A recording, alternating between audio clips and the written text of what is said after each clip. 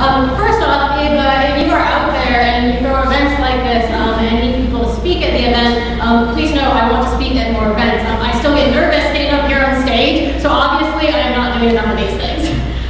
Second off, thanks for having me. As he mentioned, my focus has always been and continues to be custom mass manufacturing and using 3D printing as a tool for custom mass manufacturing. I spent the past 2 years at Shapewares, where I built and ran the factory of the future there, learned all about taking the technology to scale, and left that company to start Souls back in the spring with a focus on designing customized product to enhance human performance. Our first product is actually a kinetic orthotic designed to help people do more longer and get more out of their day in a really tangible and easy way.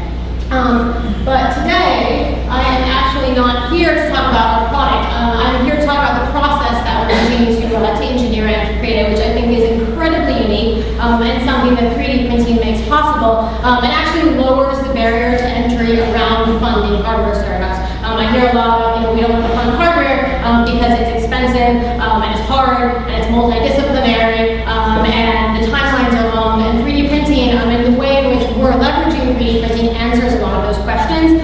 It speeds up go-to-market and reduces risk. So we're going to be focusing on the process side. Now, looking at objects, we have a tendency to think of objects as the finished product. So you look at that chair and you say, hey, this is a chair, and that's all there is to it. You look at a computer and you say, hey, this is a beautiful, beautiful computer. What we don't think about is I'm really struggling here with this. What we don't think about is the million of tiny touch points which went into making that product possible. We don't think about the guy at the dock in China who's loading the crates onto the boat to bring it across the US. We don't think of the UPS driver. We don't think of the factory worker. But as hardware entrepreneurs, as people who make things, it's critical that we're thinking about these things. It's critical that we're thinking not only about innovating on the finished product, but also innovating on the process that goes into making that product possible. Innovation is definitely without execution.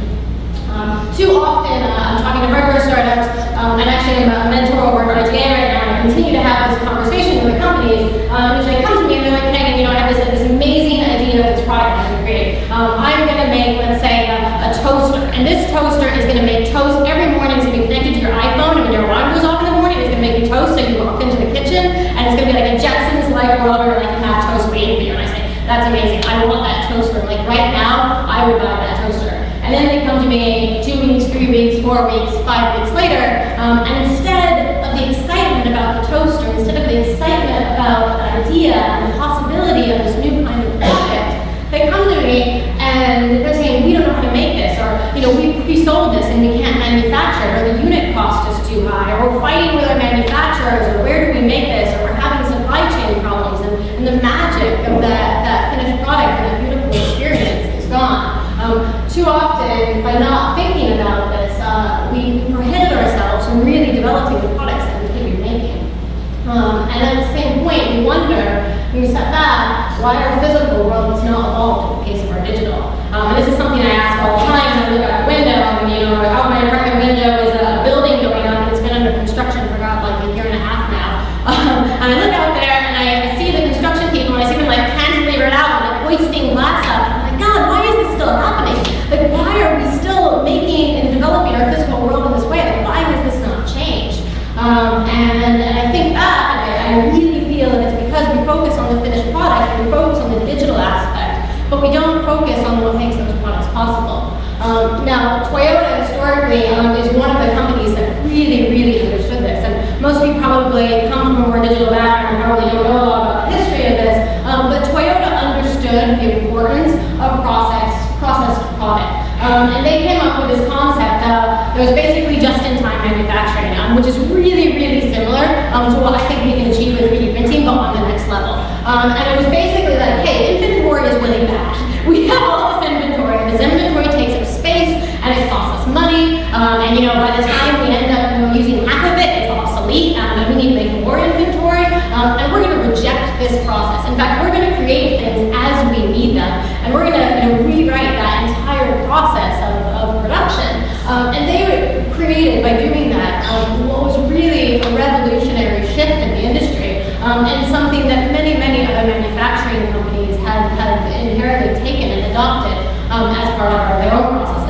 I think one of the reasons Toyota has come so far was because of the innovation on the process front.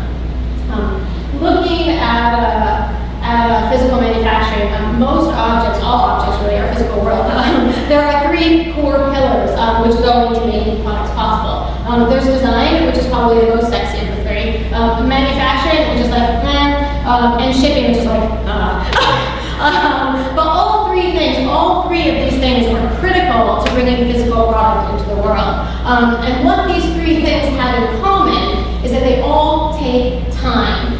3 months, 6 months, 1 month, however long it may be, these three things are what stand in the way of you saying, hey, I see this need in the market, this need needs to be filled. I have this brilliant idea that's going to fill it, my toaster. And me saying I want that toaster, and then a year down the line, me actually getting that toaster.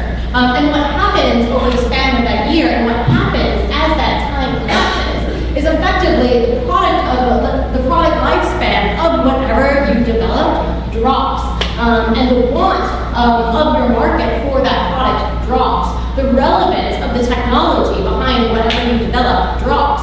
And if you start and you say, hey, I got this toaster, and there are 100 people that want it, and you pitch to VCs, I have this huge market, it's amazing, I want to sell this product, they're like, yes. And you make everything, you design, you engineer, and you get the boat, and the distribution warehouse, and finally you're ready to sell, and you find out your market is half what it originally was. And it's shrunk because competitive products have launched, because new materials have launched, because new chips have launched, because things have gotten faster, because they've become more efficient. And in fact, your innovation, which was so awesome a year ago, is really not so relevant anymore. And I really think this is an effect of how fast our world has started to move on the digital side, and that basically moving into the physical sector. And what that means is that time effectively becomes the enemy of desire. And time stands in the way of you having something that people want, and you having something that is no longer relevant to the market. Today, I say I want a new laptop that's thinner and lighter, but maybe tomorrow I want, I don't know, an in-ear hover display. And the day after that, I want to press my wrist and have a chip in there that brings up a screen that I can move things around on. By having that gap in manufacturing, and by relying on those very old mass manufacturing processes, we're unable to keep up with the speed of evolution. So that brings us to Souls.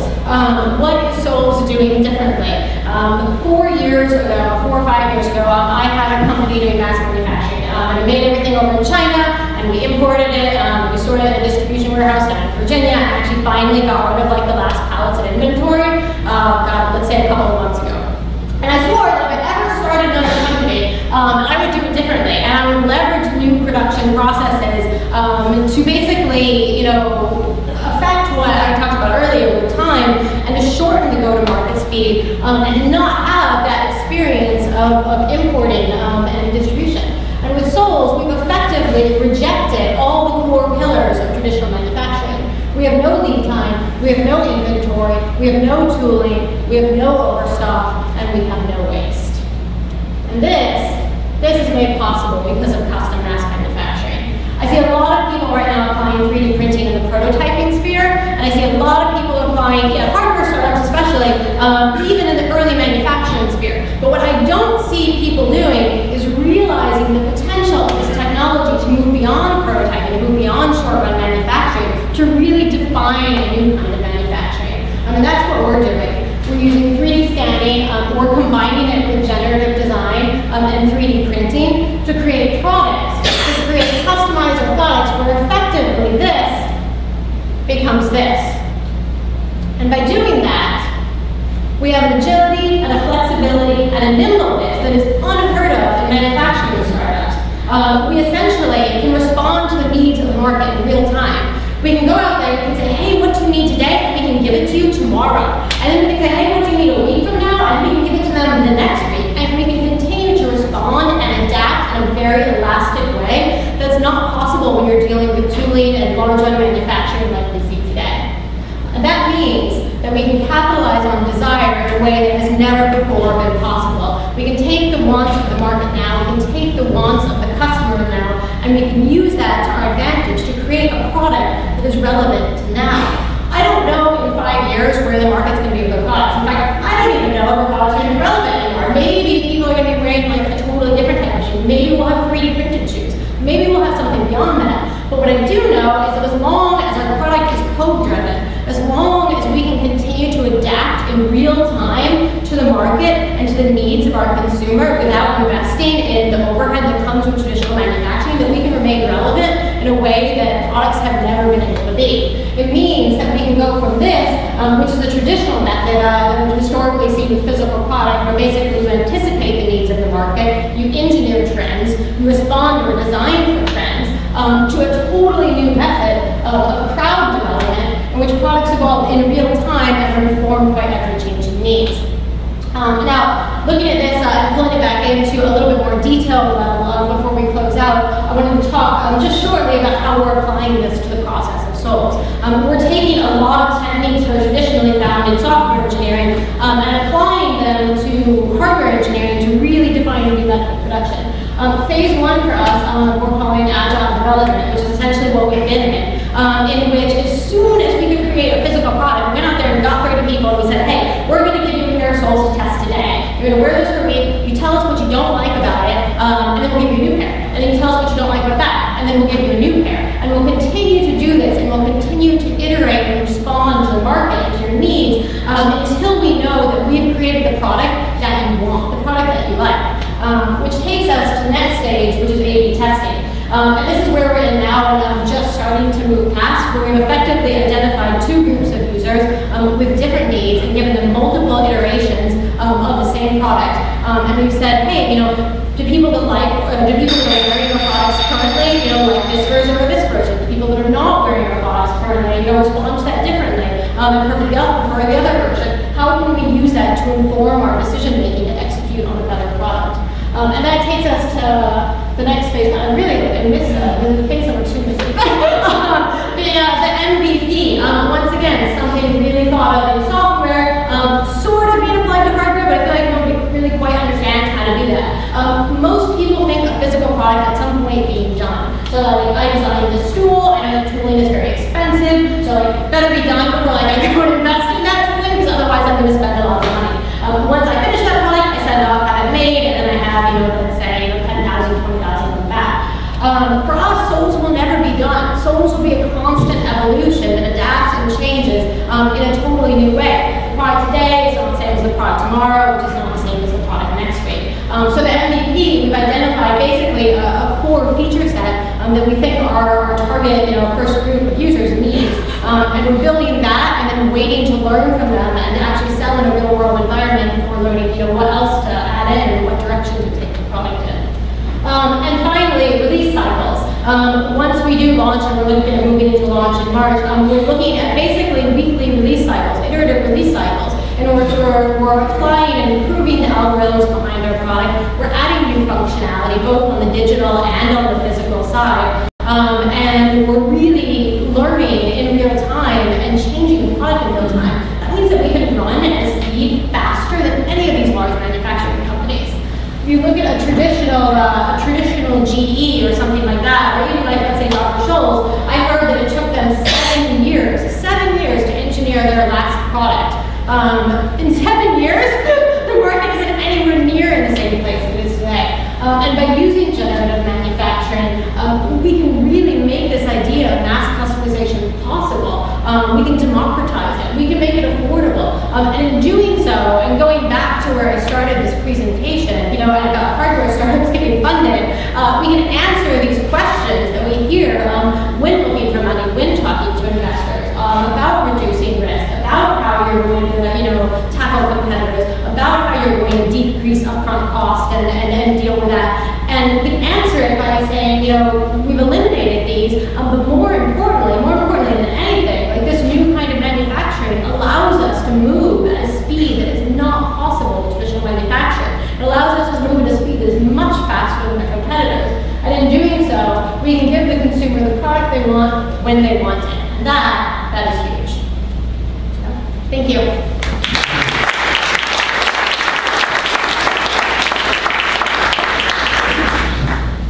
So that was an awesome talk. Thank you very much.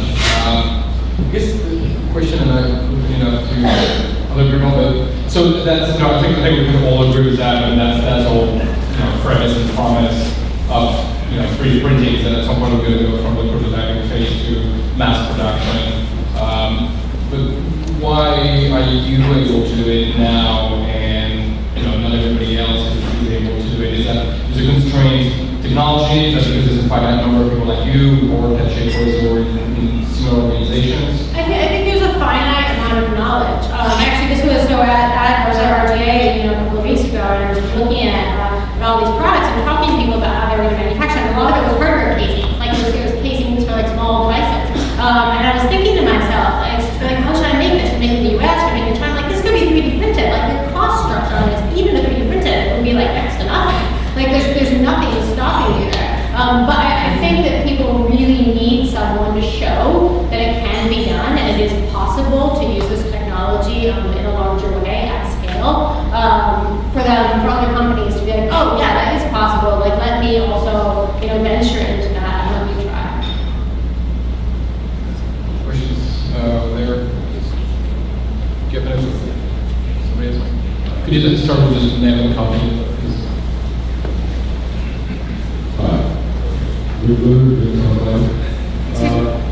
I'm a big fan of 3D, so this is no way to start the question. But I think it might be helpful to ask you, for the audience. I hear and I know a lot about 3D, but I rarely hear people talk about the investment that market leaders are making in material science and how that impacts your numbers in terms of what you have to spend percentage-wise to make sure that you're constantly evolving the materials that are possible within the 3D realm. I don't know what you do. Sorry, I couldn't quite hear you. Basically, you're asking about material science in relation to COGS, is that correct? Yes. How much do you invest in material science to stay on top of that? Yeah, totally. So right now, very little. We are doing a somewhat customized material, but it's with readily available knowledge. So we're actually using an antimicrobial nylon to print the soles on, which is something that doesn't exist yet, but that isn't a huge leap. Down the line, I think we will absolutely invest more in material science. In my opinion, it's one of the major things holding 3D printing back right now. But I think to your other question in relation to COGS, I think one of the interesting things about the technology is that it is like a much more direct relation to actual cost than traditional manufacturing. I mean, you effectively distill it down to something like the amount of material used, margin, and then a few touch points that happen thereafter. So while your material might account for a larger portion of your cost, and probably will because we're still more expensive with the technology, there's many other factors which are eliminated as a result of using the technology, just say boat freight, for example, or tooling costs that make it that make it a wash for certain types of products.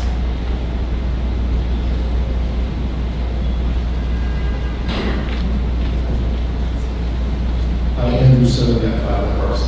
I'm curious how you thought about the downstream implications of the generative designs, marketing and customer satisfaction. I mean, I'm bummed out on that. I mean, 6 months later, it's obsolete. But by all your products, you've got excellence made, they're obsolete by the time you got there because you do A/B tests.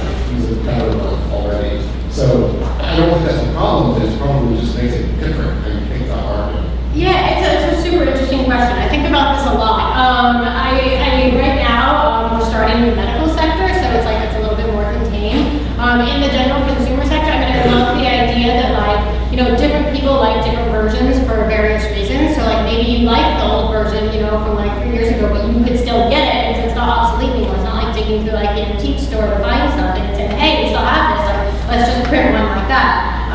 From a perspective of I got this and now I want the new one, I think it has to be done in a way that you build up anticipation around it and you really treat it like a release cycle. So maybe it's not every week, or maybe you're doing smaller incremental but non-visible physical updates. But then once a quarter you release the next version of Souls, and existing members get a discount for the new product. There's a very variety of ways to handle it. It'll be an interesting challenge to tackle. Well, at scale, you can almost imagine a subscription pricing. Absolutely. Access to the product for a year. Yeah, absolutely. So, and then imagine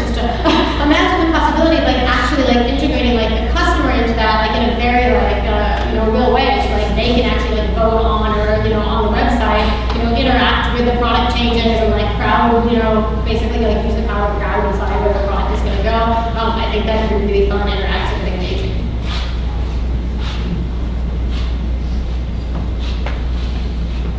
I'm Aaron Frederick, CTO of Quinslog.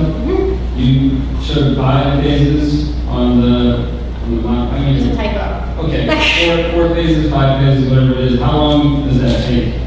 Yeah, so we've been in alpha testing since October, really, and been doing weekly iterations with the test group. We're moving into a new group now. We did our first sort of like A/B test last, what was it, like 2 weeks ago, and then we're going to be moving into beta next week. So the whole process, I think, took us like 3.5, 4 months to get us something that's actually going to be selling in doctors' offices. But part of the challenges that we face, like it could have been much shorter, but because we're creating a product that's fit to the body, it was really about like understanding biomechanics and like body dynamics and the challenges that we encountered there. What does your factory look like? Is that just a factory? Right now, no. Right now, there's a space for the machine. So what it will look like, we're working with a production partner in the beginning to do our manufacturing in Texas. Eventually, we'll probably move that in-house. But I don't know if anybody's familiar with Invisalign or the factory and the process that they created for mass production or customized mass production. But I imagine something like moving in that direction. So I guess last question, what's the universe of potential products that lend themselves to be early entrants into mass 3D production? Mass customization. I think that the easy ones are what I was saying earlier, like actually like I think hardware casing and things like that are quite interesting. But also I think anything in the jewelry market obviously makes a lot of sense. Anything that's small with a little lower material usage and your pricing structure looks out much better. Anything that necessitates customization. I'm a big believer that people don't want to customize for the sake of customizing. I think products should be customized that need to be custom. And that definitely changes the landscape a little. Awesome. Thank you very much. That was